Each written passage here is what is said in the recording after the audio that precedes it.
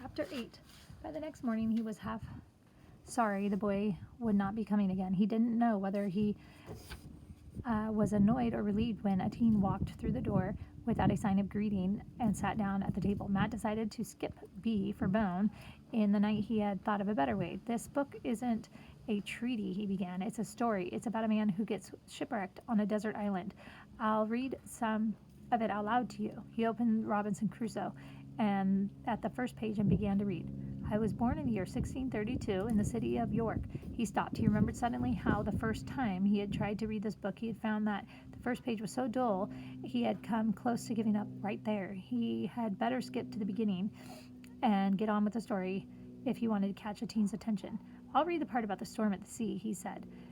He had read the book so many times that he knew exactly where to find the right page. Taking a deep breath as though he were struggling with the water himself, he chose the page where Robinson Crusoe was dashed from the lifeboat and swallowed up in the sea. "Nothing can describe the confusion of the thought which I felt when I sunk into the water, and though I swam very well, yet I could not deliver myself from the waves so as to draw breath, for I saw the sea come after me as high as a great bill and as furious as an enemy." Matt looked up from the page. There was not a flicker of interest in the boy's face. He had understood a single word. Discouraged, he laid down the book. What did the storm at the sea mean to the savage who lived all of this life in the forest? "Well," he said lamely, "it gets better as you go along." Once more a teen took him by surprise. "White man get out of water?" he asked. "Oh, yes," Matt said, delighted. "Everyone else on the ship drowned. He gets thrown up all alone at an island." The Indian nodded. He seemed satisfied. "Shall I read more of it?" A teen nodded again. "Go on," he said. "Come back, Seba." The next morning there was no question of B for Bone. Matt had the book open and waiting for the part he wanted to read.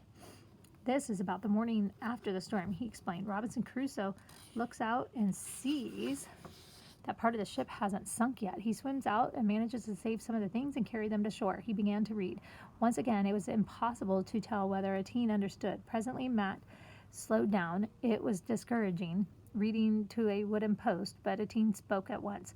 "White man, not smart like Indian," he said scornfully. "Indian not need thing from ship. Indian make all thing he need." Disappointed and cross, Matt put down the book. They might as well get on with the alphabet. He drew a B on birch bark. After a teen had gone, Matt kept thinking about the Robinson Crusoe and all the useful things he had managed to salvage from the ship. He had found a carpenter's chest, for instance, bags of nails, 2 barrels of bullets, and dozens of hatchets. A dozen!